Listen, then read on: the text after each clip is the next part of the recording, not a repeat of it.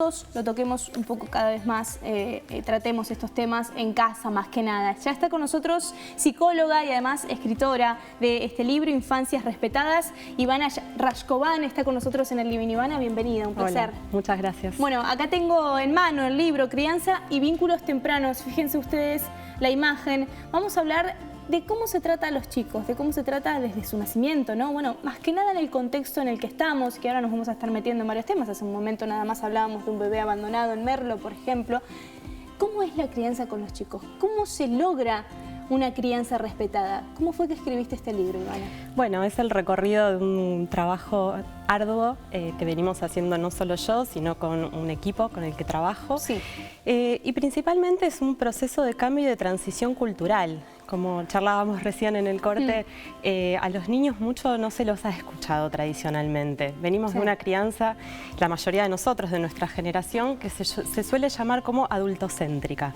Claro. Esto quiere decir que estaba pensada y se trataba a los niños en función de las necesidades de los adultos, no tanto en cuenta teniendo en cuenta las características de los niños y sus necesidades. Y ahora estamos viendo un proceso de cambio y de transición hacia una crianza un poco más respetuosa, teniendo en cuenta los niños, qué necesitan, cómo son, no solamente qué necesita el adulto, que también es importante, pero cuáles son las características. Yo trabajo mucho en primera infancia, sobre todo, que es una edad en la que los niños no hablan todavía o están empezando a hablar y no saben cómo transmitirnos aún lo que sienten, y lo hacen en su lenguaje, que muchas veces es a través del llanto, a través del cuerpo, a través del comportamiento. Un lenguaje mucho más sensible y que si uno no está dispuesto a entenderlo, no lo escucha. Exacto, por eso tenemos que cambiar la mirada y aprender el lenguaje de los niños, o incluso recordar nuestro lenguaje, porque todos fuimos niños alguna vez. Y ahí me quiero detener, Ivana, porque ¿sabes qué pasa? Que uno muchas veces se encuentra con gente que le molesta el llanto de un bebé, por ejemplo. Y dice, ¿no fuiste bebé? ¿No tuviste infancia? ¿No lloraste alguna vez? Por ejemplo, ¿no? Contextos en los que les molesta que haya chicos o que se prohíbe que haya chicos. Todos fuimos chicos alguna vez. Todos los que estamos en esta tierra fuimos chicos alguna vez. Ahora bien, uno busca ver cómo está avanzando esto cuando, por ejemplo, en la escuela, sabrás decírmelo, ¿no? Hasta hace un tiempo, no sé si hay escuelas que han avanzado en esto, a los chicos se les impone qué tienen que aprender y qué tienen que hacer. No se les pregunta qué curiosidades tienen, por ejemplo, ¿no? Bueno, eso es un gran tema, porque muchas veces las enseñanzas en las escuelas no están pensadas según el interés de los niños, sino de lo que se espera que ellos tienen que aprender.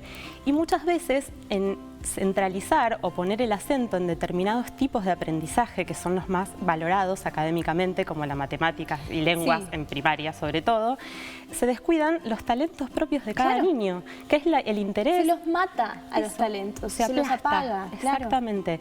Entonces, por eso decimos que hay que cambiar un poco el foco de la mirada, observar a los niños, tratar de descifrar qué nos quieren decir, qué nos quieren transmitir, y sobre todo tener en cuenta que por ser niños no tienen menos importancia lo que ellos piensen o lo que ellos sienten. Al revés, son mucho más vulnerables, se están constituyendo, están creciendo y necesitan de nuestra atención, y son absolutamente dependientes, sobre todo si hablamos de un bebé o de un niño pequeño.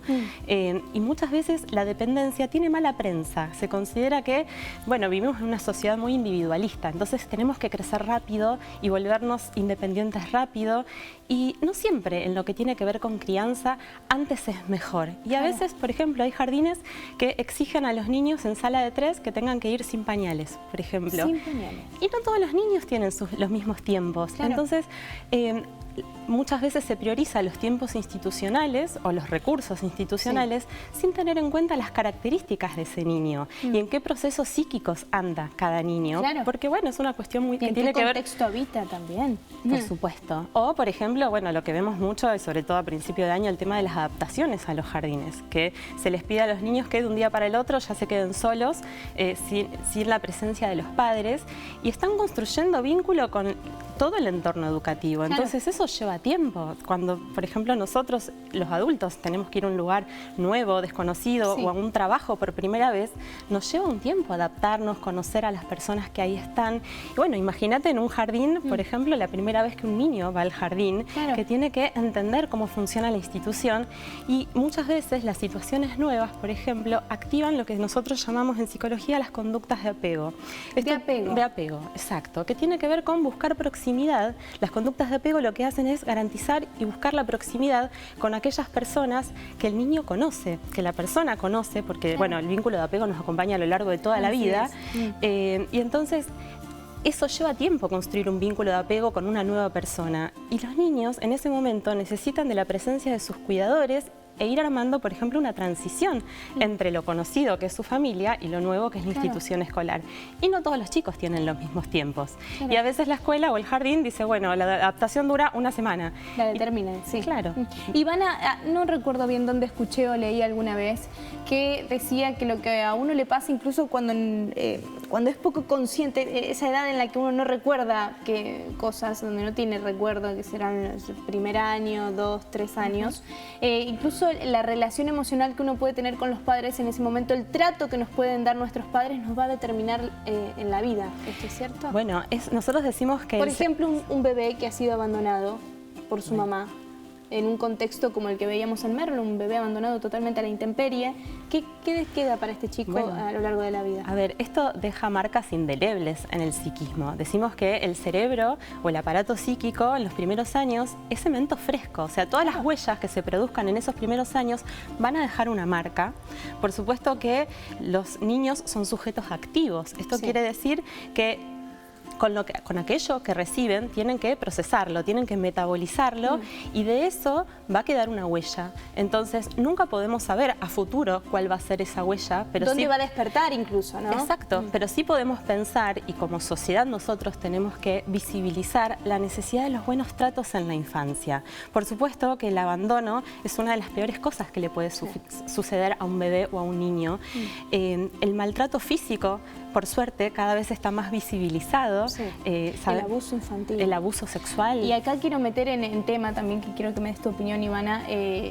Ricardo, el apellido se me fue, el de pediatra, este monstruo realmente del Garraham, que todavía me cuesta entender mucho, me duele mucho hablar de este tema, porque uno dice, en noviembre lo investigaron y no fue suficiente todas las pruebas de pornografía infantil que encontraron en su PC, en la PC de un pediatra que trabaja en el Garraham, como para quitarlo de la zona en la que está en contacto con los menores todo el tiempo, como para quitarlo de su lugar de trabajo. Recién ahora viene una investigación de afuera como para que de algún modo se tome esta medida, esta investigación y se lo detenga. Ahora, en este contexto, en donde uno dice, donde nos encontramos con funcionarios que dicen, bueno, pero estas cosas son más comunes de lo que creemos, e intentan naturalizar incluso la situación y no se toman acciones concretas.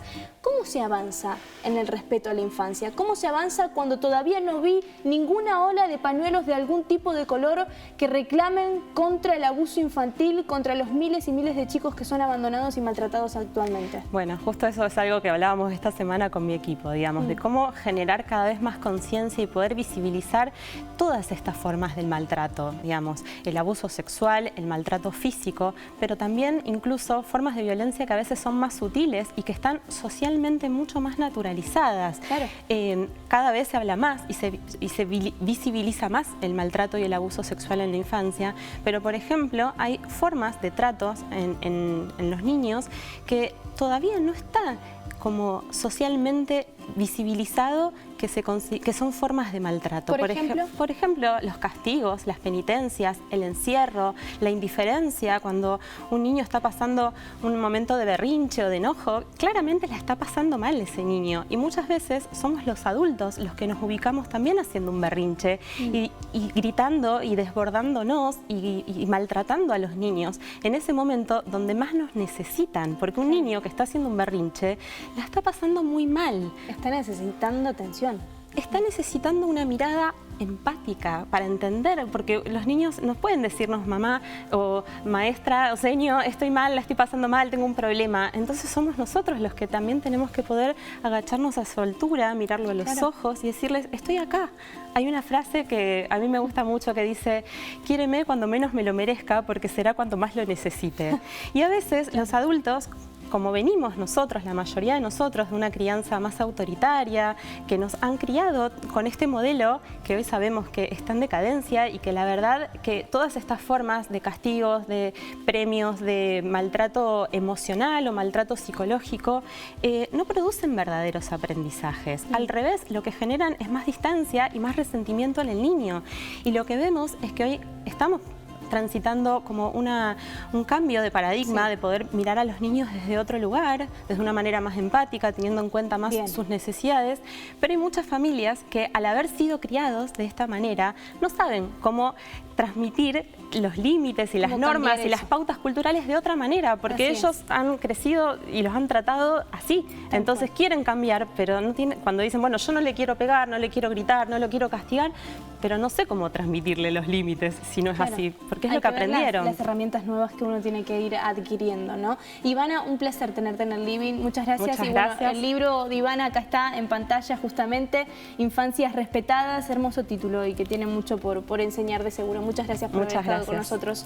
Y recordar, ¿no?, que un niño que recibió amor va a ser un adulto que va a darlo, pero un chico que recibió violencia va a ser un adulto que va a transmitir exactamente lo mismo.